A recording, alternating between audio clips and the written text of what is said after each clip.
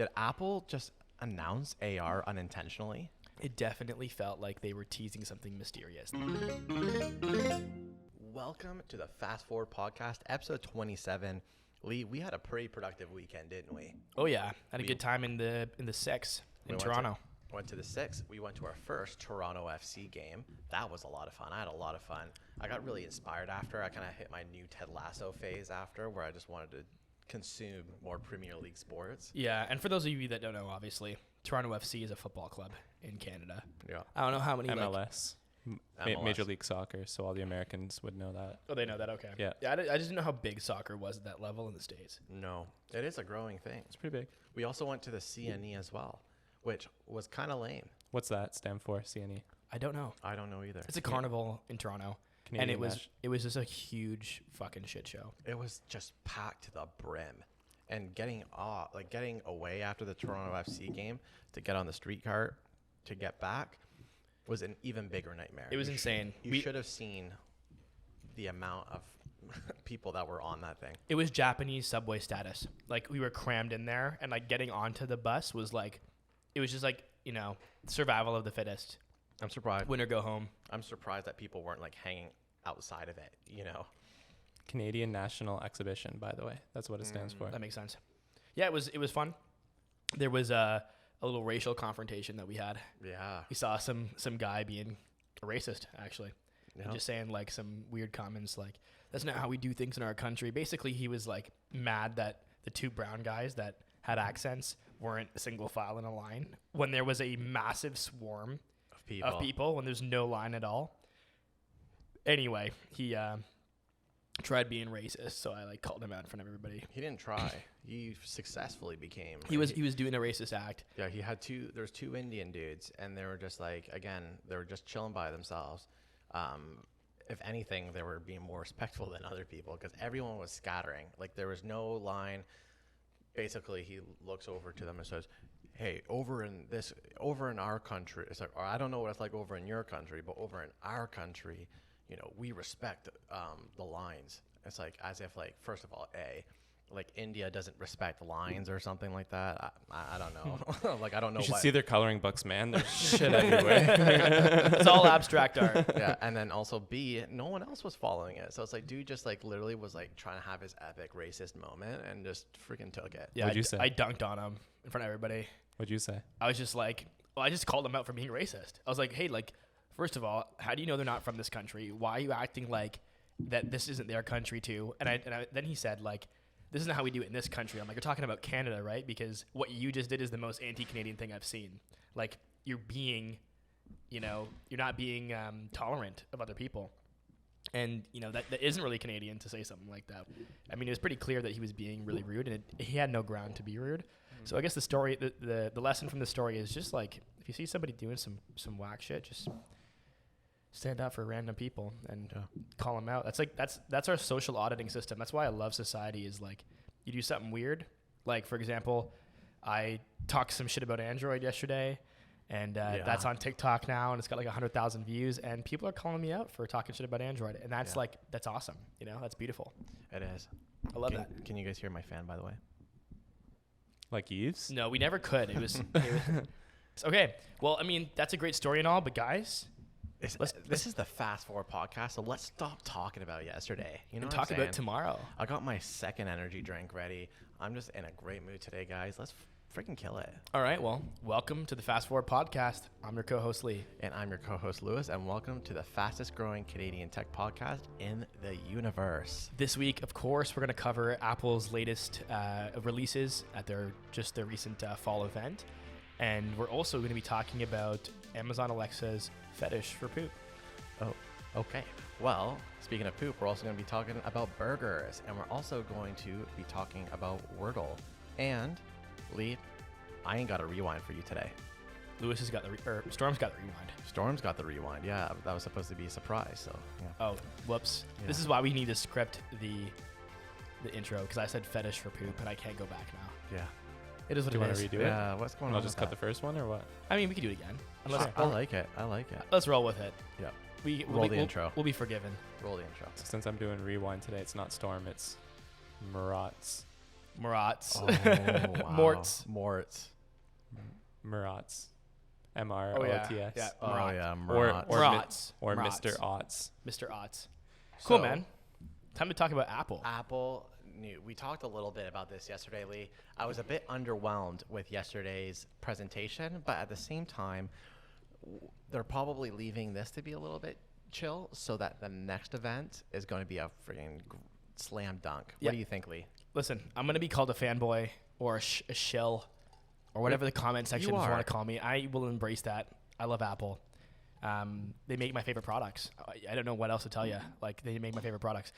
And I think you're right. It was a little bit underwhelming, but we're at a point now where the smartphone has reached its plateau. And that's in Android, it's in Apple, it's for everybody. The smartphone, the innovation is starting to slow down.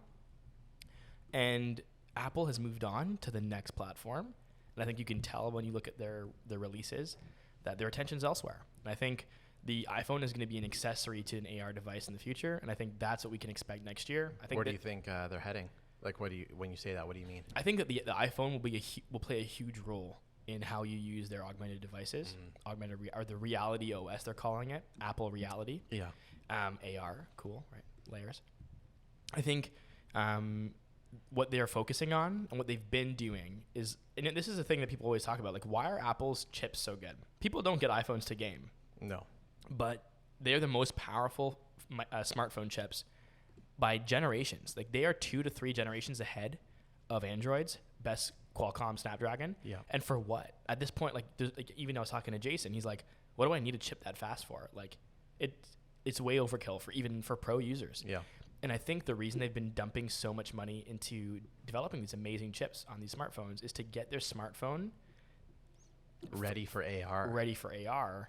And that's the thing that no one understands. Like, why do they have so much power? It's because the next implementation is going to require that power, and I think Apple's going to be the best position to do so. So yeah, underwhelming. I thought the Apple Watch was cool. I thought the obviously the dynamic island I was a really big fan of. Not because in the comment section on TikTok thinks I think that that's the game-changing piece. What's cool to me is that it's just another example of Apple implementing something that's been around and showing that when they do it better. And that's just really what I was trying to say, is that, like, no one can argue this is the best implementation of a cutout. Yeah. Right? I mean, I thought the event was really cool. I agree with you. Apple has at least reached a plateau with this line of products, at least. The iPhone, again, what's the point of it getting better? Like, we're not going to make it like a Steam Deck or nothing, because there's no point. There's already a dedicated device that can do that. The Pro line, I've read some Reddit comments that were saying that their DSLR has a lower megapixel than the new iPhone 14 Pro. That's just bonkers. Mixed in with the iOS software that does the artificial intelligence, like it's starting to get a little bit weird. It's almost like, why are movies not being shot on iPhone now? So there's that as well. I agree with you. I'm excited for this next generation of Apple that's going to come out, that they're going to start dropping headsets. They're going to drop maybe smart cars, everything. It's going to be very interesting. I think the new AirPods have also been announced as well. They have some minor specs. What I thought was really cool is that they have a little speaker on it now that you can play when you're looking for them. Oh, really? Yeah. So, they can beep. Yeah, similar to how, like, on your Apple Watch you can beep your iPhone. Yep. This will happen with the So Apple important. AirPods as well. And as well, a little bit better specs as well. I think there's the H2 chip that's in it, which is just so funny. They just always have these names for their CPUs, right? And then also it has a lanyard on it, so you can now have a spot to to hook it up to something. Yeah, I think, and this is a good example, the AirPods Pro. Like, Apple builds products for everybody, so they're not building like super high tech products for a niche audience. They're building products for everyone, and the products are pretty much as good as you can get. Like, the AirPods Pro are like the best, most popular, best-selling headphones. Yeah. The iPad is literally synonymous for tablet at this point. Like, Yeah. people call Android tablets iPads. Yeah. Do you think the iPad? There's going to be an iPad event in the next couple of months. Is that correct? They usually do that, I think, in the spring, right? Is it? Or towards the end of the No, I year, think maybe? it might be the end of the year. I think Yeah. they have one more event this year. Is it going to be? And I know you're more of the Apple guy. Is it going to be half? Is that like iPad and Macs, like iPad and computers? I actually don't know. I'll have to double check that. yeah. I can't even keep up with all these Apple events. Yeah. But they're going to keep doing incremental changes, and I think if you're a consumer, if you want the best products, like if you want the best product and you're looking for like a tablet, like the iPad is the obvious choice. I'm not going to debate anybody about that. If you want a smartwatch, the Apple Watch is a great option. If you want a good phone, the iPhone, that phone is the best-selling phone in North America. No iOS 16 announcement. Were you surprised by that? What do you mean by that? Like no iOS 16 release date. Oh, yeah, but I think they talked about iOS 16 a few months ago, and they just haven't like put a date but there's on no it. release date. Isn't that kind of crazy? Yeah, I think they might just be working out some kinks with it. Like definitely with the new cutout. Of course they are, right? I mean, that's the only way you can explain it. It's pretty interesting. Something that I think is funny with this kind of release as well is that I wonder how many developers they've reached out to saying, "Hey, this is this is iPhone 14 Pro with this cutout," because I saw a Lyft one notification up there. So I wonder if programmers will have to kind of make their own cutout. What is it? Sorry, Dynamic Island. It's not a good name. No. Dynamic Island integration, or if Apple finds a way to automatically put it there. No, so they've opened it up to third-party developers, and you have to develop it yourself. Okay. So there's going to be lots of apps out there that can take advantage of this. Some of your favorite apps, like MyFitnessPal or all the stock apps, Spotify, like those apps are going to have ways to use a dynamic island. But I think ultimately they couldn't get away. And this is the thing that people that don't know the technology, they like to talk shit, but there's no way to get rid of that cutout with the Face ID. Yeah. Right? So you know how we have Face ID? Yeah. That's why Android phones don't have it, is when they don't have the cutout, is because they can't do both. Mm-hmm. And Apple sees the value in Face ID. I love Face ID personally. Yeah, me too. So they didn't want to lose that. So the cutout had to stay. And the thing is, they finally did the cutout and they went away from the notch. But the way they did it was just, they made it something that was kind of ugly. They made it like a great feature. They integrated it with software and hardware. I liked it. Yep. It's playful. It's intuitive. It makes things fun. It just makes the phone experience, like just seeing people swipe between apps and seeing how it's switched.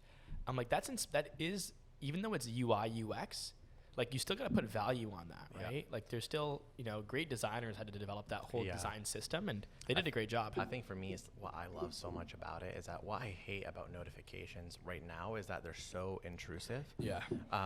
So for example, with Face ID, what I don't like at the moment, like if I go to Apple Pay or if I entering a password, Face ID has to cover up the whole entire front of the screen.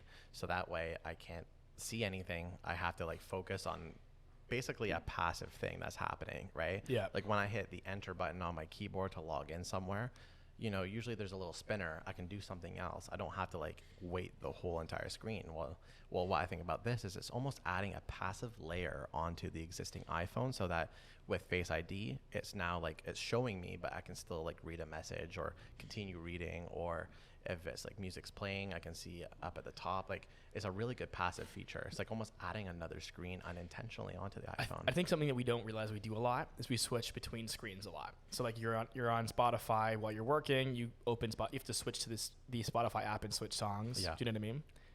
I use my Apple Watch for that, but like not everyone has a watch. No. A watch is a great example of that because it's like a passive integration onto your phone. Yeah. But now you can just stay on the apps that you're on, and you can see your timer. You can see the ETA of your Uber driver. You can see how much time is left of the song or the podcast you're listening to. And then you can also interact with it without leaving the app you're on. So I think it's just better multitasking. iPhone doesn't have the same multitasking that Android has because no one uses it. No one uses that split screen shit on a phone. Did Apple just announce AR unintentionally? Oh, The last 5 seconds, right? So hear me out. The last 5 seconds, for anyone who didn't watch the event, there was like a little teaser almost where it was this woman waiting at the subway station, and then she kind of like glitches out a little bit and you can see through her almost like she's a hologram. She was a hologram. She was, yeah. Now, of course, for anyone who has seen this and has seen the Apple TV show Severance, this is actually a nod to season 2 that's going to be coming out. I heard that's a really good show. I haven't seen it. I definitely kind of want to check it out now. But come on, you can't tell me that after all of these rumors that are coming out, Apple just conveniently wanted this clip right here at the end of the event, where she's glitching out like a hologram. Yeah, like Ted Lasso 2, or Ted Lasso season 3. I want to see that real bad, but how come that one never got like a little 5 seconds at the end? And the way they did it too, with the music and everything else. It definitely felt like they were teasing something mysterious. They were trying to be mysterious. I think we're going to see an AR or an Apple Reality release Q1 next year. Wait, you think a release? Oh, sorry. Like an announcement. Yeah, me too. Q1 next year. So it's coming. Like, I mean, we've been saying that for 3 years now, but it's coming now. It's like, it's just around the corner. Well, you see Zuck. It's like Zuck's announcing his mixed This reality year. headset like on the 11th. Yeah. That they want to release at the end. They want to release at the end of this year. Wait. They're going to, now, like, in a few days? October 11th. So October okay. 11th is the announcement, like kind of like the showcase, the meta showcase, whatever you want to call it. They want to release it at the end, like release into the consumer's hands at the end of the year. Zuck's trying to get ahead of it. I think he knows what's coming. You know I what? think he's doing the smartest move he can. Will it be enough? Probably not, but at least that's the right thing you should do. I think at that level, Meta must have, like, they've paid for spies and shit. They must have information on the AR stuff that we don't know, that just, like, the corporate heads know. Because, like, if you're Facebook and you employ, like, hundreds of thousands of people, and you've just bet everything on the metaverse, and Apple, who's, like, the biggest company in the world, is working on something too in secret, you listen. Dude, there's some Apple employees that are making big bank. Somehow, there's probably a couple of Apple employees who probably had to open up a bunch of laundromats just to launder all the money that they're freaking getting wired from yeah. Yeah, and you know what's crazy? In the interview with Joe Rogan, Zuckerberg said that his security division is, like, bigger than most countries' defense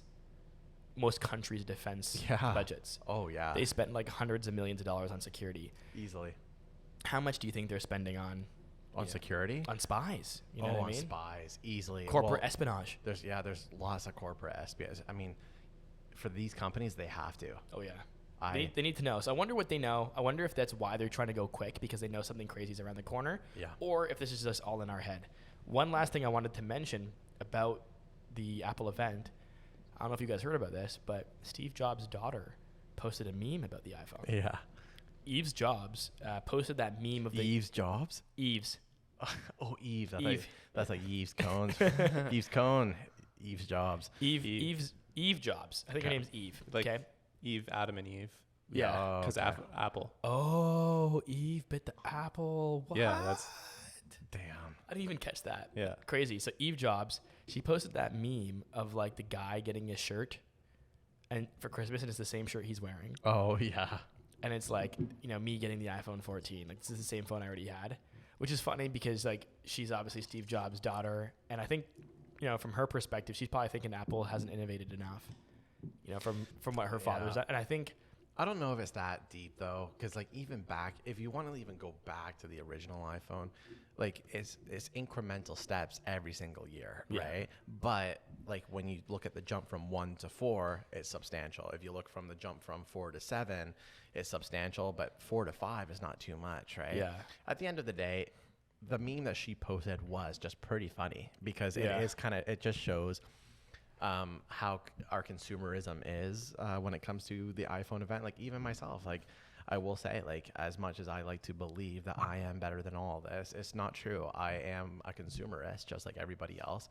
I look at the iPhone 14, I'm like, oh, that looks so cool, I want it, but my phone works perfectly fine. You know? I think our phones are like 3 years old now. Yeah, and they still work great. I'm actually kind of pissed at how well they work.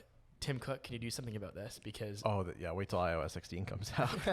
they work so well that I can't buy new ones without not feeling good about it. You know what I mean? So I wish it would deter faster, but mine still functions beautifully. It does work great, yeah. So I thought it was pretty funny. I hate when things are quality. Yeah, God damn it. Long-lasting qualities. Where's the planned obsolescence here, Tim? I know, it's funny. It'd be cool if you can just like edit your phone to, upgrade automatically or something. I may have missed it, but did you guys speak about, or did it even be revealed? Was it revealed why there was like that galaxy effect around the Apple logo as the teaser? The far out? Yeah, I think it was just because it was like everything was nature and outside. Oh. I don't think it was as deep as everyone thought it was. Yeah. We were all trying to be like, oh, this is the metaverse far out. Yeah. But it turned out just to be like probably good marketing on their behalf to get people to pay attention, you know? Yeah. The thing about Apple is they've been teasing us, dude. Teasing us with the virtual reality shit. I'm pissed off. Like every time they do an event, they'll have like people wearing glasses, and then they'll have the apps reflecting off of the laptop. Like frig off. Because they know. That's what I'm saying. They know. They know what we want. they know that we want it badly, and they're like, well, how do we get people to pay attention to this event? We make them think that there's going to be an AR announcement, and then we watch the whole event, and then there's no AR announcement. They just keep doing it. They find clever ways to mess with us, but it's like when you go to a concert and then like the lead, you know, the main event, the headliner, like teases you before it comes on stage and makes you wait like fucking an hour. Have you ever seen the meme where it was like, this woman is suing her company because she won a competition and they said that they would give her a Toyota. Instead, she won like a 1 foot figurine of Yoda, a toy Yoda. That's kind of like what it is. Just getting clowned. That's funny. Well, like I saw the Weeknd performed a little while ago. I don't know where he was performing, but performed 2 songs. Then he came out on left. stage. I'm pretty sure just one song. One song? Yeah, and then in Los Angeles, and then left because his voice got cut. Yeah. He lost his voice doing a scream. So that was a tease. That's a huge tease. Yeah. Too bad he couldn't go back and Edit that event. I'm sure he would do it differently if he could. Speaking of doing things differently if he can, Twitter has now caved on the edit button, and they're going to let you edit your tweets. Obviously with some stipulation. You have to wait. You can't do it after 30 minutes, so that way you can't go back and edit old tweets.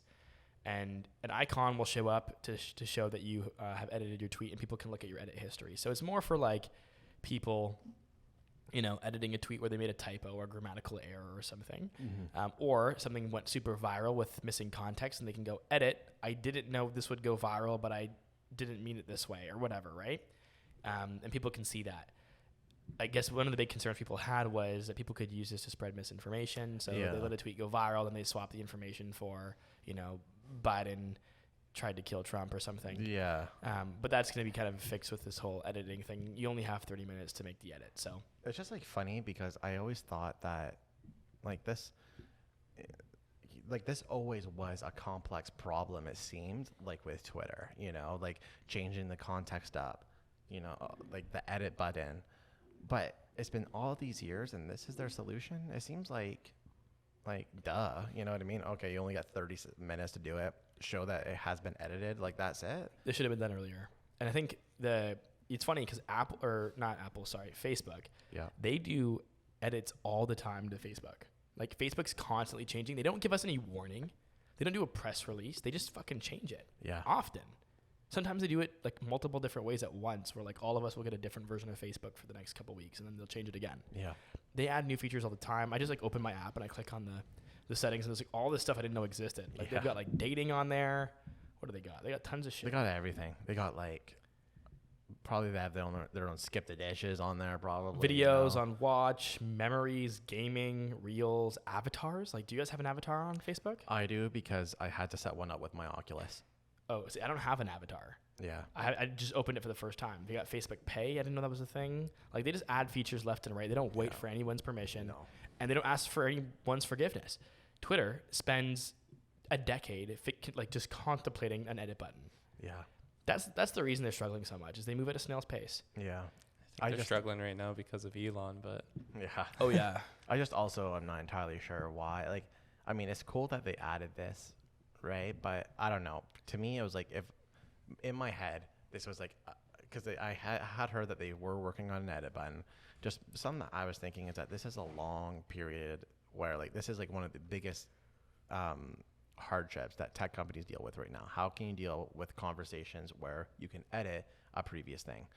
And this is it. Like this is Web 2.0 stuff right here, you know, or Web 1.0 stuff. I mean, you're able to edit messages in iMessage soon, right? Like there's like I don't know why it took this long. I don't know what working on an edit button means if you're a software company that employs like 1,000 developers or more. Like Jack said that they would probably never do it. So like it was more of like a thing like they wanted to have the integrity of like keeping it as it was from the start. And that's why he's got into blockchain now, right? Like he's like, I want things to stay like immutable. Immutable, yes. Yeah, and to me it was like I was okay with it not being there either, because it's like, all right, well, like what you said is what you said. No context can be out of place because it's just right there, right? You can't just have a bunch of people kind of arguing over something that is now changed. But whoa. Jinx, Twitter. Double butts, butt in the butt. Yeah. I was just gonna say they're doing this to make money, they're using this as an incentive. So you have to pay for the premium Twitter. I think it's called Twitter Blue. Yeah, right. That's Twitter correct. Blue. They need Twitter Blue to actually use this feature. So It's because it teases the people that can't afford it. So blue balls, that's where it comes. Twitter blue balls, Nice. that's where it's from. I wish I could get Twitter Blue, but just have to deal with the blue I balls. wish I could get Twitter blue. But $5 a month for the subscription, and I don't know what value you get out of it right now. Yeah. Like an edit button. Do you know what you don't get value out of really anymore either? What's that? Malls. I know they Malls. suck. Malls suck. But I have an interesting story here, Lee. I know you're a big fan of this, so I'm excited to tell the story. Mr.Beast Burger opens up its first physical location. Have you ever had Mr.Beast Burger before? I actually have it, and I wonder if we could get it when we are in the States next week. I think we can. I've had Mr.Beast Burger, I think just once actually. How was it? It was in Toronto. I actually liked it. Nice. But the thing is that I'm just like a sucker, like for a nice greasy smash burger. You know, like to me, that's where a lot of comfort comes from. Oh yeah. So like if you're into like gourmet burgers, you're not gonna like it, right? Like have your expectations low. But I think it's pretty good for something that's quick. Sid like the Carl's grilled cheese as well, and I also love the crinkle fries. That's just that's nostalgia. I don't know. Some people are like really against that. Team crinkle fries or not, by the way, guys. I don't like crinkle fries. You don't like crinkle fries? Why?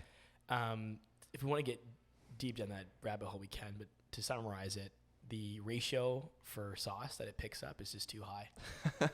We're still on the sauceability. All these episodes later, we're on the sauceability. It just captures too much ketchup.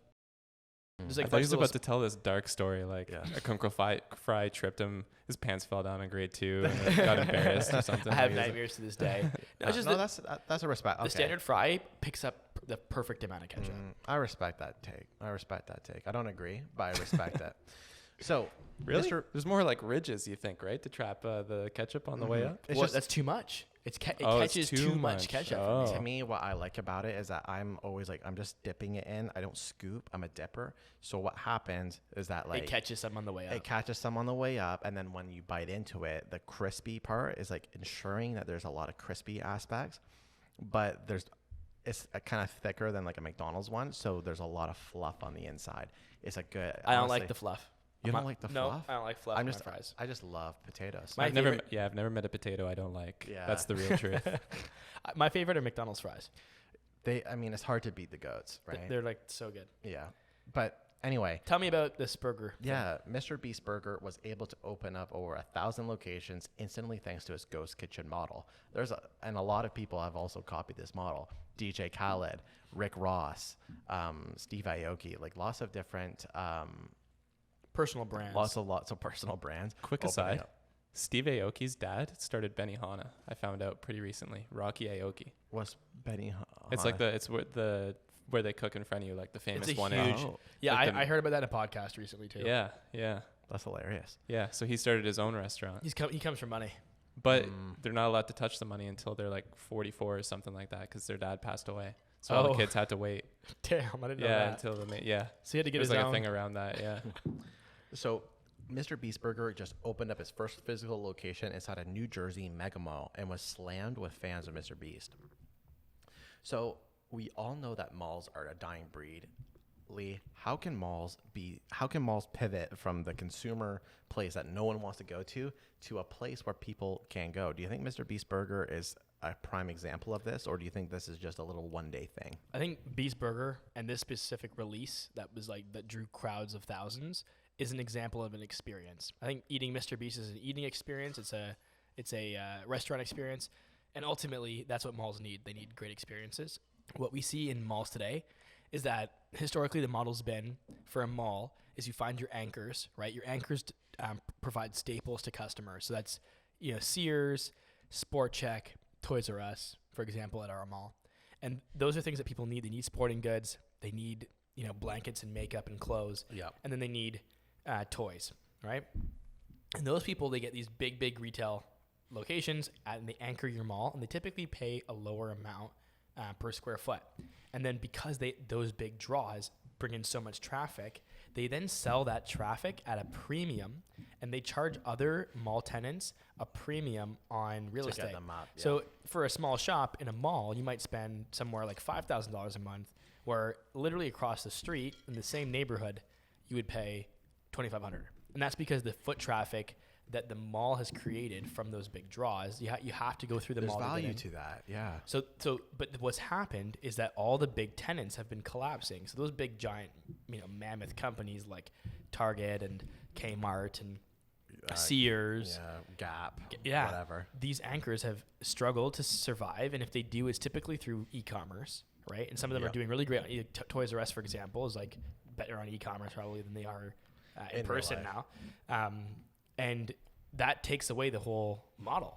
So malls have to switch to, rather than relying on anchor tenants, they need anchor experiences. And Beast Burger is an example of this. But even when we went to Toronto last week, we saw the Friends experience, where you could go and do the Friends experience, and you could take pictures on all the different Friends sets with your friends. And it's an iconic TV show. On the way, you stop by a couple stores. I mean, that's what even we did, right?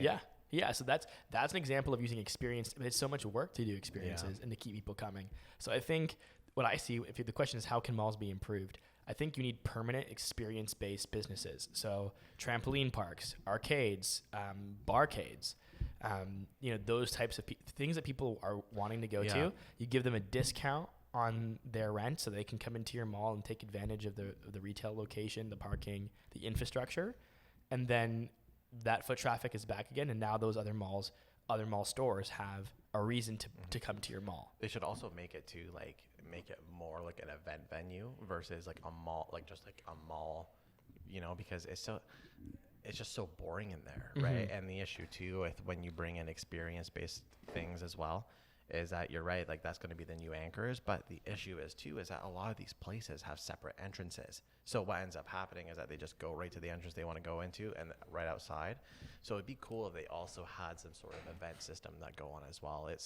Malls are interesting. I think no matter what though, they're always going to have to downgrade in terms of scale, because I don't think they'll ever be able to match what they once were. Is it a permanent thing? The Beast Burger in the mall there? Yeah, it's a permanent location. Yeah, it's not a pop-up. And I think they're going to keep doing more permanent locations, but slower. Like you can release 1,000 ghost kitchens instantly. Trying to deploy 1,000 Beast Burger locations is a totally different story. Like physical locations? Oh, yeah. It took them... they've worked on this one for a very long time. Do you think it could ever get in the conversation of major chains then? Or do you think it's going to be a one or two location thing? I don't. I love Mr.Beast. I don't know who's behind this, the business side of things. It is hard to move into this space. It's so competitive. Restaurants are so competitive. Restaurants have to kill it and then become franchisable because they do so well. And then when you franchise a restaurant, you immediately lower the value because the people that are franchising it weren't the original founders. So then it's like, how do you maintain quality, price, efficiency, consistency as a franchise? Supply chain is really tough. Everything's really tough. Even with the ghost kitchen, it's like the thing that I could see a benefit of being them opening up physical locations is that the quality can improve, I guess. Because right now, the way it's working is that ghost kitchens, they're not vetted really. They're not vetted. And also, you go on Twitter, there's a lot of flack for Mr.Beast burgers for not being the most quality all the time. Yeah, it's inconsistent. So, but again, it's just a whole separate ball game, right? You don't want to eat poop. Yeah, like oh, nice. Sorry, go on. No, that's good. That's good. I was just gonna say Guy Fieri, and there's a few other names that have started restaurant chains almost based tacked onto their names, right? I can't think of others off the top of my head. So, but no one's really done it in the fast food, right? I feel like everything's always a sit down, an experience that's finer dining, unless you count Wendy unless you count Wendy as a celebrity. Dave Thomas's niece or granddaughter or something. Yeah. I think for Mr.Beast to do this well, the quality has to change. You can't have 1,000 ghost kitchens that are inconsistent and then 10 physical locations that are being hampered by the reputation of the ghost kitchens. So I don't know how you fix that problem, number one.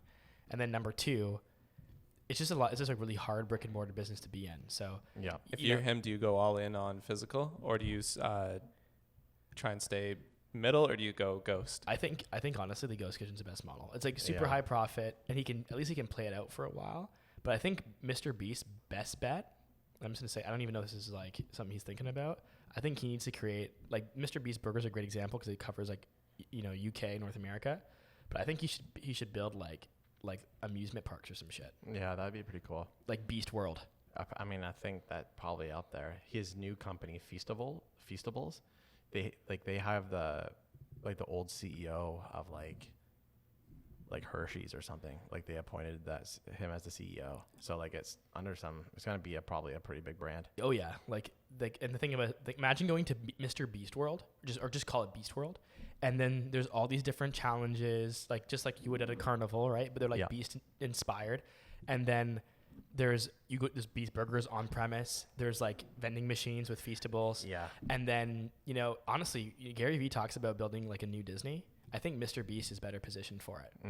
I think if he can partner with great IP creators, they could build children's TV shows and content, and his brand is already international from a content perspective, and it's like it's all young people, it's all like entertainment based, where Gary Vee's audience is all like education, hustle, business, NFT. It's not as broad of an audience, not even close. I don't think as well Gary Vee could like successfully pull that off. No, it would be tough. But Mr. Beast honestly could build a content IP empire For sure. And you know what? It kind of bothers me that he's got like 100 million subscribers and like tons of channels across the world, and he doesn't have more like IP that's not him.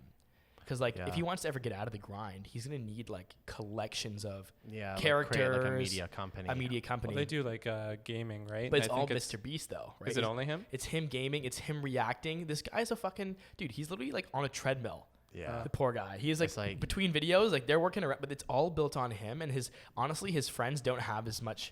Well, I mean, like, I don't think anyone has as much anywhere close, but some of his friends like do have an insane amount of clout already. Like Carl. Yeah, for Carl's example. huge.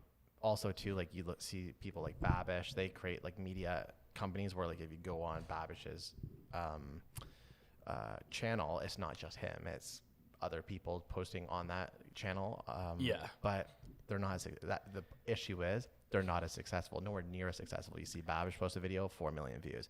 Someone else like almost like 300,000. I hate when I only get 4 mil views. I mean that's good. No, But then there's like the 300,000 views that they get on this like other show that no one's watching. It's like. And here's the thing: I think with someone like Babish, who's got such a unique personality, it makes sense. This might be taken the wrong way. I don't think Mr. Beast is that interesting of a person. No. I think he has insane ambition and he's smart. And I think his ideas have great ideas or they're great concepts.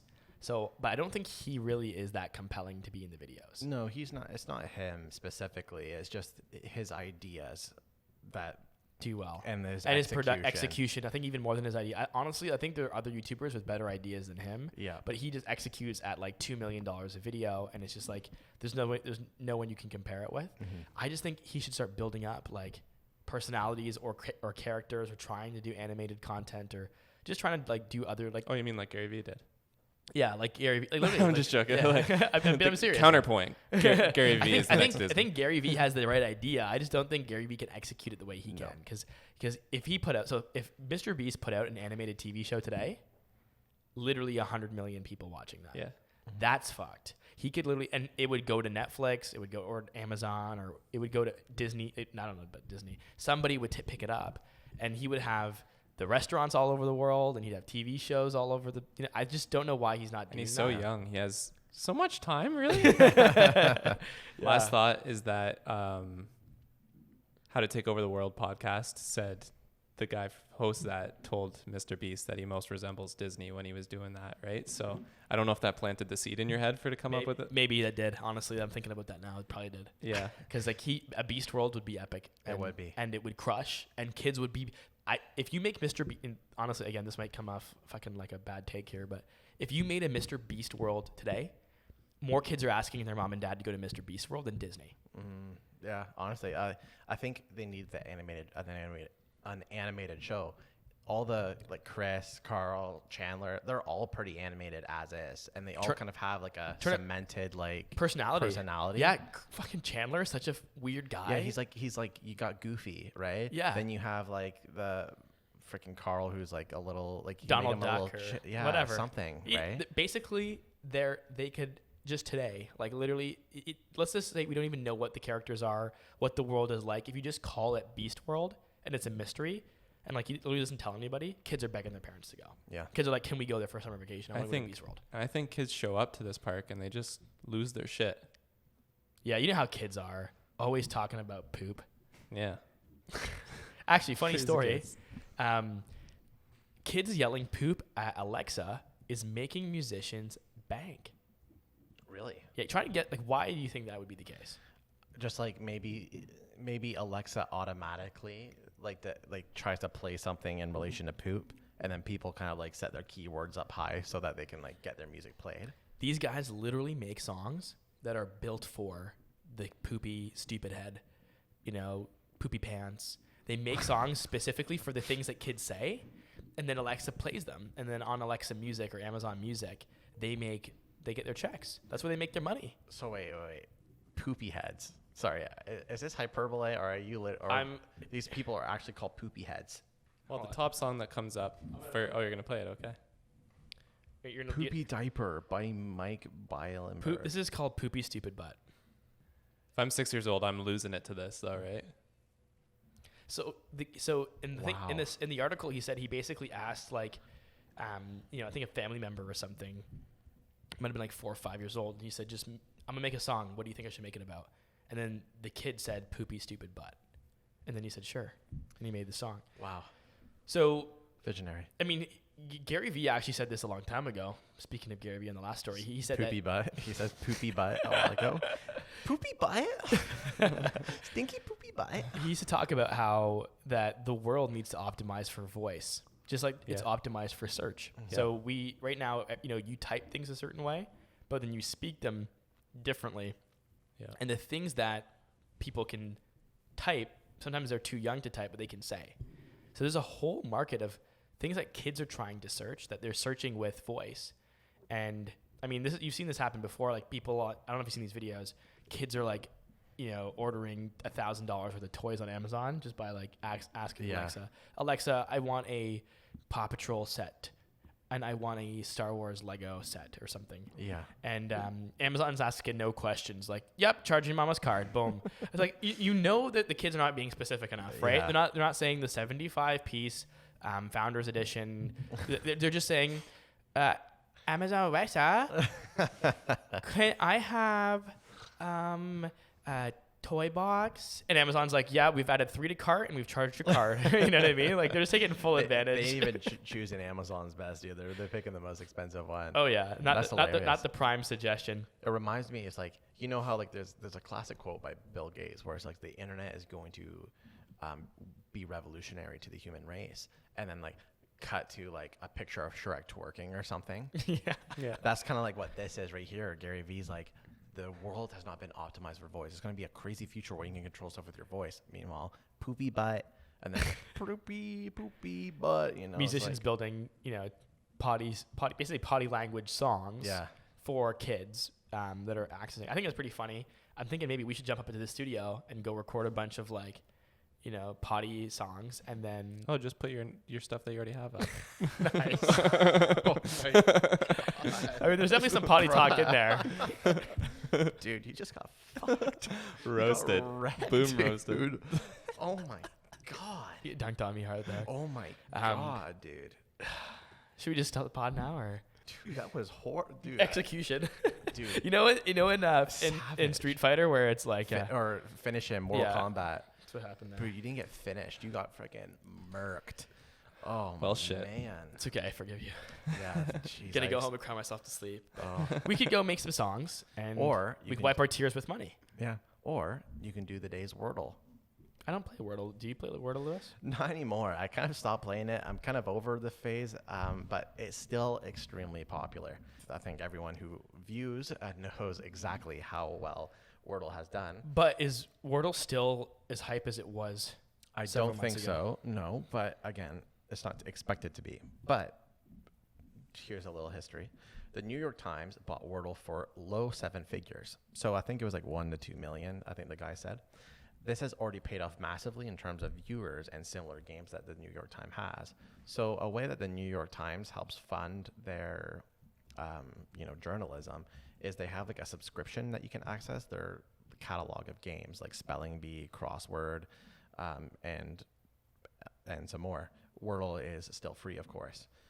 Recently, they have integrated Wordle into this crossword app last month, so you can play Wordle on the app instead of just doing it through the browser. They've partnered with Hasbro on Wordle the Party Game, a board game dropping in October. And they launched the Wordle Bot, a tool that helps players train their word guessing skills. So what's next? So Lee, what do you think is a smart move for Wordle to maybe monetize a lot better? For me, I played it for the first time the other day in a long time. And then at the end, it's like, hey, log in, and then you can look at your stats that you've played. Yeah. So it's like a good way to just even get like some emails in their system. It says that digital multi-product subscribers increased 26% in Q2 for New York Times. And then at the bottom as well, I noticed that they like plug the other games as well. So it's like you want to play Spelling Bee. So like they're kind of getting people in their funnel. And it makes sense too, because I mean, from a technological standpoint, the way that Wordle kept track of your score before was just a little cookie within your browser. But like knowing how computers are, if you just wipe that thing, well, all your progress is gone, or whatever. right? Yeah, or change devices, it's all gone. So a cloud system seems pretty obvious at this point. So, yeah, I think it's kind of confusing to me that a $1 million transaction. I just looked it up. Apparently it was $1 million. Yeah, I feel like that's kind of low. It was super low. too. That's like, it's a game. Like, think about how much people pay for. How much does Netflix pay for a TV show that no one watches on Netflix? Yeah. Wordle's a game people play. It brings people in. It's a good hook. It's huge, and the fact that so many people are still playing to this day, to me, it was like a good game. It wasn't like a cheap piece of crap. It was pretty well executed. If I'm the Wordle co-founder, or the founder, I'm thinking the only way that he sold for $1 million, especially when it was at its peak, like knowing how big it was, he must have feared that it would fall, like that it was a trend and it was going to fall just as fast as it came. And he just wanted to cash out while he was at the top. So he created the game for his girlfriend or wife or significant other. And then he kept saying that he wasn't doing it for money, right? That was like his whole thing. So everyone's like, oh, it's going to stay this format forever kind of thing. Like this like free, like no ads kind of thing. And I think maybe when he sold it, he wanted to stay in that vein of like not being money greedy with it, I guess. So but it's like funny because it's like he played himself. You just play yourself. Yeah. Like if someone offers you $10 million, say, and you accept the $1 million, it's like, it's not for the money. It's like, well, like, what's the gain? You sold it anyway. You sold it anyway, so that's just extra money in the freaking New York Times pocket. Yeah, right? you just made yourself lose the money, and it hasn't changed really. So I don't know. I think I think $1 million was not a good call. But cool that they've used it to kind of hook people into their subscription, and I think that's it's the content, but games are different. Games are like activities. Yeah. Right. So it's like, does a game get boring the same way that like content's one and done, right? Yeah. You watch a show, like maybe you'll watch it again if it's The Office or Friends, but you're not going to keep watching it. With a game, it can bring people back for a long time, like Sudoku or or like exactly. And it's not like games. Wordle's weird. It's not like chess or Sudoku or crosswords that like anyone can just have. Wordle's it's a branded game. It's also like really accessible too. Like Sudoku is like, I think I don't know how to play, but I know it's like pretty easy to pick up. Oh yeah. But Wordle's like really easy to pick up, and it's the share factor that you can send to people as well. But it's got a brand, is what I'm saying. It's not just word game, it's Wordle. And like somebody else can't just, I mean, we could probably build a Wordle clone, but like, oh yeah, dude, all the time you go online, there's like the music, what is it called? The Hurdle. musical? Hurdle. There's Hurdle, there's the Kanye-ul, there's the World-ul, which is like a geography game that they did. Yeah. So people, but like Wordle still is Wordle. Like if I asked you what game is Wordle, you'd be like, well, it's Wordle. Oh yeah. Like that's the game it is. So that way they own the domain, they own all the channels for traffic. Like it's kind of unique. It makes you think like if you build a game, that's the way you should do it. Like the game should be its like the name and the brand should be the game itself. Who should buy a game? Like what publisher should? Dude, you know what I think? I think we should sell a game to Mr.Beast. Really? Yeah, because I think he could probably do something where if you get to the final level, like he could do an Easter thing, like a great Easter egg hunter. But you know, no, when he releases breakfast sandwiches, that would be sick. That would be so sick. Yeah, it basically, and then you get like a huge prize. You know, he gives away $1 million. Whoever gets to the final level. Yeah. Easter breakfast sandwich release at Beast Burger. Honestly. Maybe we should reach out to Mr. Beast and see if he wants to use that game. Yeah, we should definitely. Wordle was made during COVID, so it's not that old. It's only like 2 years max if we're going by that logic. Yeah. Do you think it's still gonna like people are gonna be playing Wordle in like 15 years? Do you think still, or? I think because Wordle's like it's not like Flappy Bird where it's just a game. Like it's become a thing. It's like Sudoku now. Like I think it's gonna last. People feel like they're getting a little challenge every day, like Sudoku, right? Yeah. I think it's and the fact that it's like everyone gets the same puzzle, but it's different every day. I think is also really cool. Yeah, that's a really cool it's piece. Like the whole world is collaborating on one. And then you can't tell people what the answer is. There's a whole like, oh, you ruined it for me kind of thing. You know. Yeah. Very cool. Yeah. So the longevity might be there, but.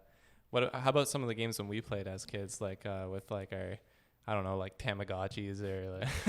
It's kind of random you brought that one up. Oh, yeah, the nose. Wait a minute. Well, you know what's funny? Like speaking of things that have lasted a super long time, Wordle would probably be a huge success if it could last as long as Tamagotchi has. Wow. Recently, we were with one of our buddies, Jeremy, and he was rocking a Tamagotchi on his belt. Oh, I was like, wow. yo, what's going on? An OG one? Just like an OG one he got from the frickin' thrift store. Wow. And I'm like, I think they're coming back. And this story kind of cements that for me. 24-year-old Belgian teacher has become the world's most successful Tamagotchi breeder. She claims she's successfully generated 65 generations in a row. What a pervert. She's breeding these Tamagotchis. It is a fucking sex shop in there. Yeah. She's just letting them bang and breed all day long. Kind of like when you breed Pokemon. Remember when you would leave your Pokemon at the daycare center? Yeah. And they would breed? Well, like they because you left, right? You couldn't watch it happen. You couldn't watch it happen. And the daycare person never told you how it worked. No, but the internet found a way how it worked. Want to know something crazy? So I personally didn't know where babies came from, and I knew that they were having babies at daycare. So when my mom signed me up for daycare, I was like, oh, I'm going to where babies are made. Oh. And I thought that was like going to be a freaky place. Yeah. No kidding. I'm kidding. That's not a true story. Oh. I was going to say, how recent was that? A couple of years ago. Yeah, a couple of years ago. Yeah, I still don't know how they're made. Lee doesn't send any of his kids to daycare. Yeah. I'm not sending my kids to daycare so they can get goes pregnant. They're too young. So she has like a whole like notebook that she charts how she's breeding these, and she's trying to get like the perfect combinations, and her quest is to get the children to be identical to the parents, but she knows that's not ever going to happen, but she tries to get the traits as close as possible. But she's turned this into a full day job where she's bringing it with her to school. How would you guys feel if your kid's teacher showed up with like 6 Tamagotchis on their body? I'm pulling them out of that classroom. Yeah, I would say that. At the parent-teacher conference, I'd look at her and say, go throw those in the trash. What are you doing? You're a 24-year-old woman. Yeah, I would say like you are the child. My kid should teach you. Or is it good that she's been able to keep them alive for so long? I think that's great, but she's bringing them to work and she leaves them on her desk. She's watching them as she reads the kids' stories. But it's like it's kind of the same. It's like it's almost like if you have like 50 plants on your desk. It's like not the same because they're interactive. They're toys. Well, it is the same because it's like, what's the freaking point? I get 1 or 2, whatever, and like you leave them in your bag or like you leave a couple on. Plants your are desk. decor. She's feeding them. 50 plants on your desk, dude. Bro, you have a jungle on your Yeah, desk. that's excessive. But what I'm saying is the school would never allow that. The school would be like, yo, what are you doing? This is not a greenhouse. Get all these plants off your desk. Well, I'm saying, yeah, that's what I'm saying. I'm saying that like it's an obsession at that point. And the fact is, you're too worried. Like, it's just, I mean, like, again, if you want your pastime, I'm not going to sit here and tell you what is right or wrong, right? Like, everyone deserves to have something that, can like, you can relax with, but so come on. Here's where my head went. So I see this shit. I'm like, okay, this is kind of cool, but also kind of weird. But then I'm like, man, this is like the futuristic crazy cat lady. So this is like the modern crazy. And then I'm thinking, the whole breeding thing. I'm thinking NFTs, right? Okay. So like imagine there was like a crazy cat lady collection of like crypto NFT cats. They do have crypto kitties. That was how Dapper Labs started But out. but like not designed for crazy cat ladies. It Though. just had to go to NFTs. This is what you think of when you think of breeding as NFTs.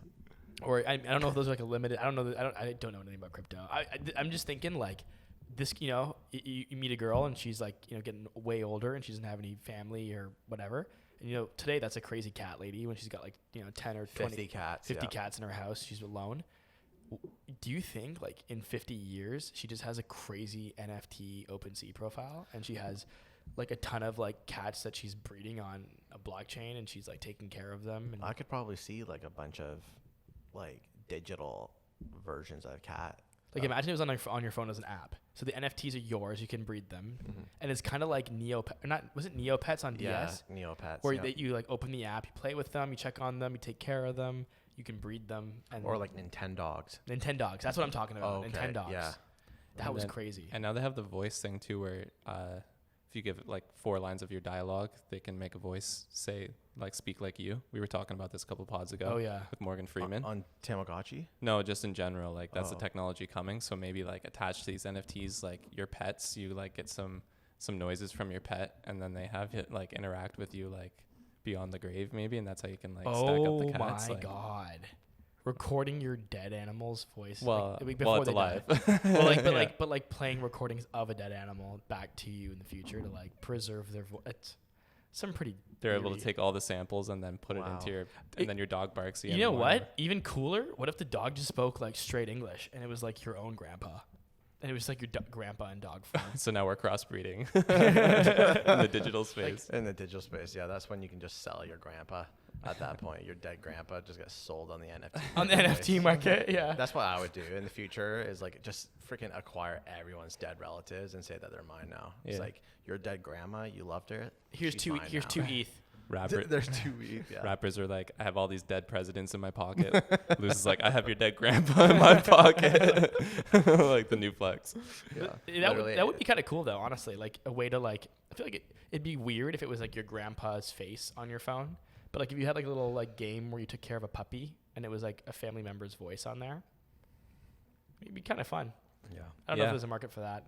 So with Tamagotchi as well, they released a new version in 2021. So it's kind of like Pokemon Go. It's like a new format. Oh wait, it's a mobile app? Yeah. Well, so it says the new edition.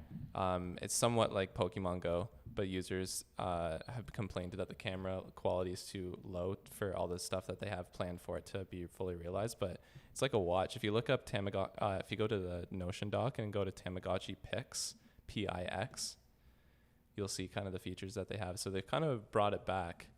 I'm looking at Tamagotchi website right now. Me too. Is this for real? They have the favicons, the WordPress icon. Yeah, they might have just not changed it. Dude, we should contact Tamagotchi and work with them. Yeah. This website needs work. Mm-hmm. It's kind of cool, actually, Tamagotchi. So now it's like a watch thing. So this might be like they should partner with Apple or someone too, because it gets kids wearing a smartwatch as a kid. Yeah, Tamagotchis are making a comeback in 2022. Do you think so? Think they can win? I think it's kind of cool. I just wonder why they didn't put it on like the iPad or something. What do you think?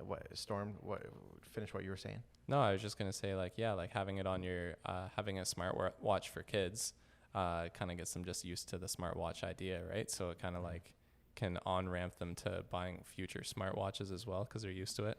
I feel like this would be a great smartwatch app. I feel like as well too is like what makes it cool is that the issue with like parental control based smartwatches is that it just makes existing apps kind of lame. While this, if it's just in its own ecosystem, it's like only like kids get to do everything. There's no like, restrictions or nothing. It's almost like it gives them their own environment to be independent. I like it. Do you know Japanese girl group Niziu? No. Okay, I didn't know if you just knew the whole scene over there. No, just BTS. I know Blackpink as well. Okay. So just the mainstream ones. Just the mainstream, yeah. They have some like influencers though, like clearly rocking all these watches too. So Tamagotchi's making big moves. Tamagotchi's moving for it, man. Crazy that their website like is so like I even got like an error on one of the pages like this is not safe. Is it really? Is it for sure their website? Yeah, it definitely is. Oh, wow. It's actually not a bad website. Dude, does it not have a certificate, like a security certificate? I'm clicking away, and Oh, it Are does. we about to hack into Tamagotchi's? Are we about to kill these girls' pets? That actually would be a legendary hack. It'd be horrible. Could you imagine like everyone wakes up one morning and all their modern Wi-Fi enabled Tamagotchis are dead? Yeah. And it was like, and then the video gets posted. It's like, we are anonymous. We have sacrificed the world's Tamagotchis, and until our bounty has been paid, we're not going to bring them back to life. Wow, that's awesome. That's funny. That's awesome. Well, Lee, Yeah. let's rewind a little bit. Yeah, Sorry. you always do the rewind throwback, so you can do it again. I was just gonna say, speaking of this nice throwback of activity technology here, we're about to do some rewinding. What do you got for us, Storm? Not Lewis this time. It's Felt, Storm. felt so wrong, didn't it? It did. We have a Fun game. about it. We have a game today. I found a Twitter thread, and on the Twitter thread, it showed a company that's well known, and then it showed its first product. So it's a company that's well known. The example that I teased the guys with that was completely cap, but I'll use it to explain the game here. Was like Hyundai. What was the first product they sold? And you're both gonna make a guess. Then I'll tell you what the product actually was. So in this example, I said it was actually glue, and then you guys are gonna say, "Oh, I can see how glue connects to cars," or like because glues are made from horses, and people used to ride horses, and not cars, right? Glue's So made you guys from can do it. horses? You can do it as How did they come? Like, How do you get glue from a horse? when they die, you send them to the glue factory. That's like an old joke. I don't actually know how horses are. I thought you had to calculated. jack them off. Oh, okay. You had to do the literal pull thing. sense. Yeah, I was gonna. All right, go for it, Storm. You think kids are eating paste and they're actually eating like horse cum? Jeez. And then there's I never ate glue. so they're gonna I try. eat glue. I still eat glue. They're gonna Like me, just in my Yeti right here. Just before I just did it straight from the Elmer's bottle. Now I straight do it from the Elmers. Yeah, when I drink from the Elmer's bottle, I get looks. So I just dilute it with a little bit of water, some Mio. Yeah, Mio Elmer's water and ice. Can't forget the ice. Oh yeah, nice cool Elmer's glue. Go ahead, Storm. All right, we're gonna start out with Sony. So, what do you guys think the first product that Sony ever produced? Wow. There's so many things. I'm gonna go. So so cassette tapes and shit like that was there. That was so. I will let you know, Lee. That's definitely not it because that was like a breakthrough innovation for them. I remember we did the story before on the rewind. It Thank you was. for that. No Thank you problem. for the tech history. Fucking. We're on the same team here. So let's see here. I'm gonna go with. It's gonna be so stupid. Some type of radio thing maybe. I'm gonna go with a CD player. Okay, I'm gonna go with like a radio transmission hardware. Nice vinyl player. That's what I'm gonna do. So it was in 1946. Maybe I should have gave that hint before the CD thing, but it was a rice cooker. Oh wow. A rice cooker? We were never gonna get that one right. No. So Sony's first product was a rice cooker. Sony's first product was a rice cooker. Damn. Jeez. And how do you think they like that transitioned? Yeah. So Sony built the rice cooker, and they were like, okay, this has buttons. And then they were like, okay, we'll build other shit with buttons. And then they eventually built a TV remote, and they were like, we need this to do something. So they made TVs. Yeah. And then they were like, people play video games on the TVs, and they made the PS3. Yeah. That's the exact roadmap. They skipped PS1 and PS2 right to the PS3. People were like, yeah, like when they were making their rice, they're like, I could really play Uncharted 3 right now. Let's transition this. Yeah, they're like, I just wish I could play Uncharted 3 on this rice cooker. Crazy. What else you got? All right, Nokia, and I'll give you. Do you want me to give you the year, or do you want to just sure, guess what give it us is? the year. Nokia 1865. Okay. Okay, Nokia. Let's see. I'm gonna go say a light bulb.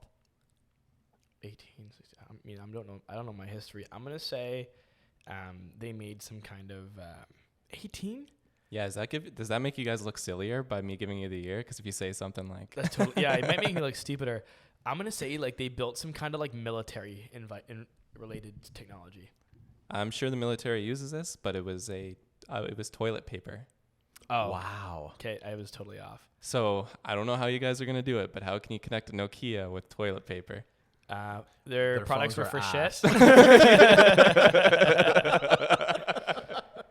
They're like, we make stuff for your asshole. We make stuff for shit. So how can we make shit? Yeah, basically their products have always taken a lot of shit. And before it was to like wipe the ass, and now they just like have super durable phones. Could you wipe your ass with a Nokia? Probably could. Probably. Most people do. Yeah. Oh, there goes my my Android fan club. They're gonna love me for that one. Are Androids better than Nokia? Like the typical. Yeah, I'll give them that. I'll give them that. Wait, Nokia was what 1865? Nokia made toilet paper in 1865? That's their first product, I guess. So, Wow. what else you got for us, Storm? I think Lewis actually knows this one because I think he might have dropped it before. But Nintendo's first product. Oh, I do know this one, but I'll let you guess this one, Lee. Well, what was the year? 1889. It's crazy to think it's been around that long. I can't even believe that. Shit. Because they're like the most known for being like modern. Well, I guess same with Nokia, right? Do they do like a card or like a other like toys and shit, like board games? Playing cards. Mhm. Oh, yeah, you got it right. I mean, you did say cards. Yeah. So But then I switched it.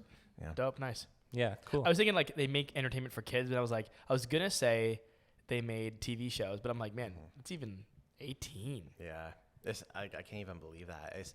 I mean, the evolution of that one is pretty obvious, it seems. Like, they obviously made games, Like entertainment. old school entertainment. Then they realized that there was more money in the virtual. Then they came out with Mario and such. So Sweet. So my logic actually made sense that time. We would never have got rice cooker and No. toilet paper with that logic. Yeah, well, you got We might have. What else you got? All right, Toyota. What their first product was. Oh, Toyota. Some motors. Sorry, years. It didn't actually give a year on this one. Okay. I'm thinking maybe like a lawnmower or some shit. I'm going to go with... Like a small motor device. I don't even know. They might have not even made motors. Wait, what country's Toyota from again? China? Japan, I Japan. think. Yeah. Honda's. Where's Honda from then? I think Japan as well. They're both from Japan? I'm going to go with...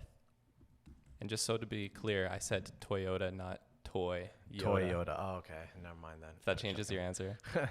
I'm going to go with a camera. Yeah, I think I'm gonna stick with some kind of like a lawn maintenance motorized device. It was a loom. What's a loom? Oh, the software. No. The thing that people use to. Hi, this is Toyota here testing out Loom. It was cloud video recording. Like clothing loom. Like a clothing loom. Wow. Like what? What's that? Like you use it to weave clothing and loom. Yeah, it's like got the strings and stuff like that. Yeah. Oh, okay. None of us. It's so old we don't know what a loom is. Yeah. Fruit of the loom. I only know it because they were. Oh, okay. Wait, is that the next question? No. Oh, okay. So this next one I actually have the story for how it kind of came about. But we'll guess the first one. So Lamborghini, what their first product was. Fuck. I don't know. Some like leather belts or something. Yeah, I'm gonna go with leather belt. So it sold tractors before selling sports cars. Damn, I think we were going too far off. We probably could have said that. And there was some beef with how it actually started. So Lamborghini, I don't know how to say his first name. I'm going to just say Mr. Lamborghini complained about his Ferrari to the founder of Ferrari, Mr. Ferrari, Enzo. And Enzo said, you may be able to drive a tractor, but you'll never be able to handle a Ferrari. So he kind of like chirped him like, oh, you can drive those tractors over there. You can't handle a Ferrari. And then Mr. Lamborghini went and made his own car. Damn. Wow. That's what we call a chip on the shoulder, you know? Yeah. This guy dissed me for being a farmer, so I'm going to go dunk on him and dedicate my whole life to building a competing brand that'll eventually destroy his legacy. Yeah, chip on his shoulder. And it's ironic, too, because people who drive Lambos have chips on their shoulders as well. So it's like a freaking ongoing thing. Yeah. Yeah, that's crazy. I think the tractor makes sense because, like, you can go from building tractors and motors and transition that to a luxury car, but hard to believe that they were able to make that transition successfully. Yeah, a tractor, too. When Ferraris were already a thing. I just like, it's funny to think like of my idea of what a Lambo looks like. Imagine that in a tractor format. Actually, I should Google this quick. Yeah. Modern day tractor Lambo. Oh, modern day. Like, I mean, maybe they went back to their original roots and were like, yo, let's build a nice tractor for folks. Oh, looks like they did one. Is it like what it you think it looks like? I think it's legit. No, but I mean, like, does it look like a Lamborghini? No, it literally just looks like a normal tractor that's dirty as fuck and has a Lamborghini logo on it. So yeah, that was the list. That's the last one? That was the last one. Sweet. I love that. That was fun. It's kind of cool. I think the one that blew my mind the most was toilet paper. Yeah. Like, how did Nokia transition from toilet paper to whatever they make now? How about this one? Storm, we're going to reverse this on you. Tomorrow Inc. Tomorrow Inc. What was the first thing you did? What was the first thing that we did? Do you even know? The first client I know. The very, very first client in our invoicing system. Mm-hmm. Like I'm talking about in 2016. Our first project. Yeah. Okay. If you Was know it the Clown Project? It's the what? The Clown Project? It is the Clown That was Project. first? That was the first one you did? That was the first full. First full project, maybe. I think it was everything in one there. Yeah. Yeah. Let's hop over into the snips. Do you guys want me to, like how we done in the past, I read them and you guys react? Yeah, what's going on? What's going on with the news? All right. Seth Rogen, Pete Davidson, they're going to star in a movie about GameStop, the meme stock that took the world by storm. I like when people say by storm. Just like a little. Oh, nice. It's like I wrote it. Yeah. Like, of course, everyone knows the Reddit story and all that. So now everyone else is going to learn the story through cinema. I think this is a great movie for them to do. Pete Davidson, Seth Rogen. Mm-hmm. But I don't feel like I know the story. I feel like them doing it's going to be comedy, I assume, with these two. Yeah. But I think there's some level of like financial drama, you know, like I just the Big hope Short that vibe. the thing is though is that I don't know, Seth Rogen when he stars in movies is a lot different when Seth Rogen makes movies, they're not that good. When Seth Rogen stars in it, it's good. So I'm hoping that it's gonna be okay. Yeah. You know, I'm just like curious to see the story because like they're gonna do their research and they're hopefully gonna make it like somewhat accurate. If it's not like a complete shit post, as well as accessible to like a modern day audience. Yeah, and then we can see like what was going on with like WallStreetBets and what other kind of scheme storylines are happening at the same time. But overall, I'm looking forward to it. Actually, Seth Rogen and Pete Davidson are going to star in a movie. Interesting. Has Reddit ever been the focus of like a movie? I feel like this is going to be the first time like a lot of people that aren't on the internet, like, you know, boomers and stuff, are going to be like, oh, what's a Reddit? And kind of learn about it. And how they're going to take that community that's online and do nice storytelling around it. Because like they're not going to show them on their laptops like on Reddit, right? Yeah. They're going to be doing like just the whole time is screen record. It's just it's just the narrative around that situation. So it's like, you know what though, Seth Rogen and Pete Davidson and like normal clothes is like a perfect accurate representation of what people on Reddit look like. 100%. So I feel like it's just perfect casting. Yep, 100%. Nice. Number 2 on the snips. A pilot threatened to turn a plane around in a viral TikTok that claims passengers wouldn't stop airdropping him nudes. Don't you hate when you just get a ton of nudes flooding your... I know. Isn't that the worst? It's so annoying when girls just send you tons of nudes without soliciting them. There was no gender specified. Oh, so he was getting nudes from dudes too, eh? Yeah. So here's the thing. Here's my thing. Some wangs on the... Somebody on the needs to tell this pilot how to turn airdrop to contacts only. Right. Don't turn around the plane. You're gonna get fired. It's inconvenience. Obviously, they're just being funny. Just take airdrop and make it contacts only, and you move on. Isn't it scary that he doesn't know that? Like, yeah. I almost don't trust him as a pilot. I'm glad he turned it around. If you're a pilot, you need to know how anything with the word air works.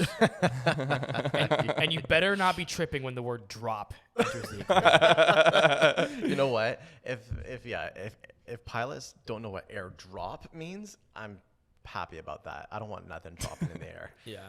But you should understand the space. Anyway. That's a great joke. Thanks. Yeah, that's good. Aside from that, have you ever sent people unsolicited airdrops on a plane? Oh. Not on a plane. Yeah, last time it was when we went to Colorado? No, what was the last thing that me, you, and Caden did? Boston. Did we do that? Okay. Yeah, I was playing, or no, it might have been Florida, but I was playing tic-tac-toe with someone through Airdrop. Okay. Yeah, I don't think it was in Boston, but when we went to like all my flights that I've done since I've had an iPhone, I always send people like invites to play tic-tac-toe. Yeah. I've never got a response back. Yeah, You I did? did this time. Yeah, this time I did, and we were chatting as well. Like through the airdrops? Yeah, like we would just we would just write something on the tic-tac-toe game, and we would just chat for a little bit. And I never met him after. so how do you know it's him? Well, sure. Well, actually, he It had a must have- guy's name. It must have a guy's name on the Yeah. airdrop. Okay. That's interesting. Yeah. I'm glad you had that little moment. Yeah, it was like pen pals. It was like, forbidden love. Yeah. Closest I've ever come is just opening up the Nintendo DS, sitting in a Picto chat room, Just waiting. waiting for someone to join me. I just wish Picto chat. that should have been a thing. All right, number 3. I feel like this had Lewis written all over it, but it's a website called Astronaut, and you guys can click on the link there. But the whole idea of the website is for seldom watched YouTube videos, and they just play at random. So they'll play you one with 5 views, with 10 views. But if you really want to go to the depths of YouTube, where you're not seeing all the stuff with fancy thumbnails on the homepage, this is where you're going to find it. And I don't know if this is a good way to find gems or if it's a good way to just completely waste your time. So wait, this is just like videos under like 5 views. Does it specify 5 views? I think it's just Sorry. random videos. I think you can get. I think so. YouTube has published this data before. I don't know, Storm, if you have it in front of you or not. But like, there's a ton of volume of videos being published every day, and most of it no one really sees. It's like billions of hours that are posted every year or something fucked. So this website simply just picks random videos, and most Wait. of them have no views. No, they all have no views. Is that how it works? Yeah, these videos come from YouTube. They were uploaded in the last week and have titles like DSC1234 and IMG4321. They almost have 0 previous views. They are unnamed, unedited, and unseen by anyone but you. So you're like discovering new content. This is the anti-algorithm. That's what I was thinking. That literally the anti-TikTok. Because I just watched a clip. Like, I don't know if it's random for you. I'm on it right now, but I just watched a clip of like a girls' volleyball team, like high school volleyball. It's different for all of us. We're all seeing different stuff. Yeah, now I'm seeing Shrek. Now I'm seeing some dude play Minecraft on his iPhone. Oh, I am too. Oh. What's going on It's like here? German, right? Yeah. And then, And now a guy painting? oh yeah. Oh, so Wait. it feeds us the same stuff. But Wait. hold on. It's one algorithm that playing at all times. Is that what it is? But then how does it immediately get tons of views if we're all watching it? Yeah. Probably. And then now it's a cat, right? And if you, Yeah. it is. If you click YouTube in the corner while it's going on too, then it'll take you to the actual video, and you can see that Yeah. there's like 6 views or something like that. Oh, this is like girls volleyball. Isn't now that I got funny? the girl volleyball. Okay, now I got rock climbing. Isn't that funny to think though? Like your random volleyball clips just has all these strangers coming through Yeah. astronauts. Oh my God. This is what I loved about you know what, man? This is what I loved about the old internet right here was like little experiences that were kind of like quirky and weird like this versus like the core. Like it's kind of like This guy vaping. Oh my Yeah. God. Yeah. And now I got Fortnite, it looks like. Wow. Or yeah, something like Fortnite. So this is how you find gems, because this video we're looking at right now, this guy is literally fucking like balling out. Let's see what he's listening to. And he's vaping and he's flexing his pizza. Like, this is hilarious. He's like pretending he's a gangster, and he just keeps showing his pizza on his bed. I love this. I feel like I'm getting a glimpse of life. Thank you so much for sharing this, Storm. Yeah, This is really cool. We'll probably have to leave a link in the description there so people can try it out too. In So the show notes, you'll see it there. astronaut.io, the Yep. anti-algorithm for YouTube. Pretty fun. Number 4 on the Snips, we got Amazon will pause reviews on all new content for 3 days after it drops to curb review bombing. So this was in a response to the new Lord of the Rings show and how people were just tearing up the comments on it. So is this just because their piece of content got fucked up after they spent more money than anyone in history on a TV show? Yeah. Or is this like been an issue on Amazon for a while? I don't know. I mean, when I looked up reviews, I got like on Rotten Tomatoes, it was like a low fan score but high critic score. So like I don't really know exactly if the show is good or not. What do the details say? So it says let me see. It's dealing with a similar influx of negative reviews, with some users targeting its inclusion of actors from underrepresented backgrounds. So I guess people are ripping on the fact that they got like maybe like Asians and black guys and stuff in the movie. You know, just trying to be like diverse when it doesn't really make sense. Like, with the show's original like kind of lineage. What's the issue? I mean, I'm just kind of like, I'm just wondering what. I mean, I haven't seen the show, so I have no context. It could be just people that are mad about like woke content. I don't know. I haven't seen it either. Yeah. Wow. Yeah. Well, interesting. Yeah, just to keep like all the shit posters from ripping something down. Just because, yeah. Because the 3 days will hold them off, I guess, eh? Yeah. 3 days later. Yeah, 3 days later. All right, it's our turn now, guys. All right, and the final snip, OpenAI with its DALL-E, which we've covered on the show before, introduced Outpainting. It creates visuals that expand beyond the original border of a given picture. So it's filling in the gaps of the outside. If you click on the link, there's a little tweet, and there's a video that shows it being used, and it looks like there's a way to cycle through things. So if you don't like what they've done, you can quickly cycle, and it's honestly more impressive than original DALL-E. So so if you so for the viewers who are listening instead of viewing, they took the painting of the girl with the pearl earrings. It's like, you know, one of the most iconic paintings of all time, and they're kind of like controlling a little square around that painting and able to generate arms and then a kitchen and then, which, you know, isn't that kind of hilarious, you know? It's really cool. And they've done a bunch of, you know, iconic pieces like Mona Lisa, where there's like a robot and like an alien spaceship in the background. And where do you see that one? If you just scroll down, you'll see. Oh, nice. Oh yeah, the one with the dogs playing poker. Yep. So this is it's just, I mean, so like, cool. It's breathtaking. I don't, it's like, you know how it's like, it's just so cool. You don't even know how to explain. Yeah, they took the Abbey Road from the Beatles and they expanded out where it's like, you see the Beatles and then you see like a couple people walking in opposite directions with car. Oh man. Scroll to the very bottom. I love how DALL-E thought Quaker Oats had big tits. Yeah. And you know what? I kind of. You guys put milk in your Quaker Oats? No, he does. Honestly, this guy is hot now. I'm not going to lie to you. Like, I am going to buy myself some Quaker Oats after this. Probably have to. What a cool innovation on DALL-E. And I love that it's like you can cycle through your options and just really paint a picture with DALL-E. Yeah. And I guess where I want to just make a quick comment is like, this is where I want to see DALL-E move forward, is rather than you telling it what to do and it just simply generates it, it would be cool if it was like a tool. Yeah. And you had like a lot more control to create stuff with DALL-E. Rather than just a prompt. Just a prompt, yeah. And seeing them cycle through stuff that way, like I think if they generated something and then we could go over them and like sharpen the image or darken the image or get rid of some of the objects or add more by just like randomizing or like scrolling or hitting keys, DALL-E would get very powerful. I've seen there's a couple of TikToks because you can already do something similar to like this, but like they did cycling. People took album covers where they kept expanding it out so that in the center was the album art, and then it just kept on building and building outside. It's cool. So it was really cool. Awesome. That's it for the snips. So we're going to hop on over to the meme. What you got for us, Storm? You guys can pop it open. Caption says, "Her, how do I know you'd be a good father? Me, I kept this thing alive for weeks, babe. I got this." Nice. He's holding his Tamagotchi. Of course. So, and the fact that he's flexing that he's kept the Tamagotchi alive for weeks, while the girl we covered today has covered it or kept them alive for like decades. Years. Yeah. You know what though? This parenting stuff is easy. Like all you have to do is hit the middle button. That's all you gotta do. It's the same with kids. You throw a plate of food on the ground with as much food as possible. They can keep picking at it. I'm sure that's parenting, is it not? I'm a parent and I can confirm it's pretty much that. Yeah, exactly. So I'm sorry, guys. Like you cannot use your excuse that you're raising a child anymore as why you're busy. Tamagotchis hard mode. Yeah, exactly. That's a hot take right there. Tamagotchis are harder than children.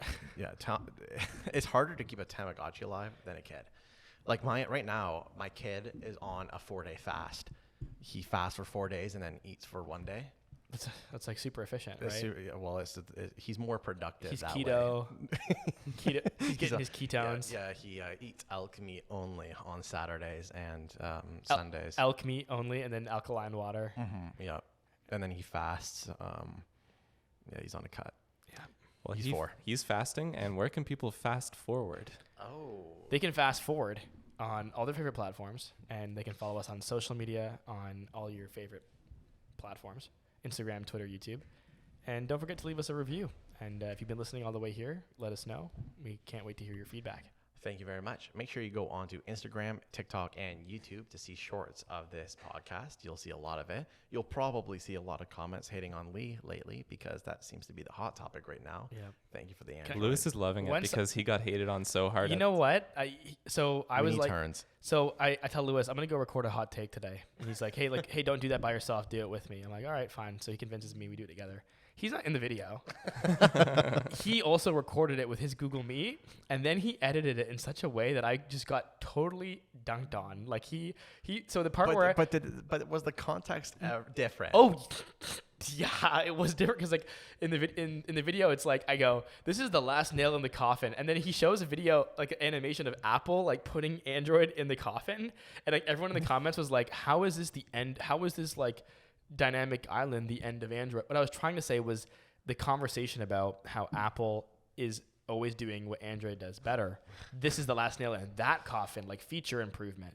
But people read it like I'm trying to say that this little island ended Android. And I'm like, Lewis fucking put me up on sacrifice to me for and I'm happy. I'm okay with it. Well, because he had his turn. Even with the Marvel thing, you know what I mean? It's the same thing happened, but So Lewis was waiting for his chance. Like, Lewis is still getting comments about people hating on him for being anti-Marvel, and he's like, when are we gonna get Lee on this? So it's Lee's turn. It is now. I gotta watch. thing is I gotta that- watch my back. yeah, the thing I'm is, next. Yeah. the thing that's funny with your comment is that you have like people like agreeing with you. No one agreed on our Marvel thing. I got caught this fat and ugly dude. I got like people probably want to be dead, bro. And the thing is, it's been just about 24 hours and we're at 90,000 views on that video. So ultimately, like, you know, the hate is engagement. And, you know, for any Android listeners out there, I don't think your phone's, I think it's bad, but I don't think it's dead. I don't think it's Nokia shit. You know, not toilet paper. Well, it's pretty damn close. Anyway, thanks for listening, Thank you everybody. for listening. And we'll see you not next week. We're off next week, but we'll be back the week after. Should we do an episode of me, Caden, and Vic, and just call it like the side pieces or something like that? You actually could do it if you Pretty want funny. to. Yeah, you could. That'd be funny. It's not the same without Actually, you hold guys. on. Caden's with us too. Oh yeah. True. Just me and Vic talking about NFTs. NFTs and for crypto. 2 hours. All right. See you, everybody. Cool. God Bye-bye. save the queen. Thank you so much. Rest in peace, Lizzie. Liz.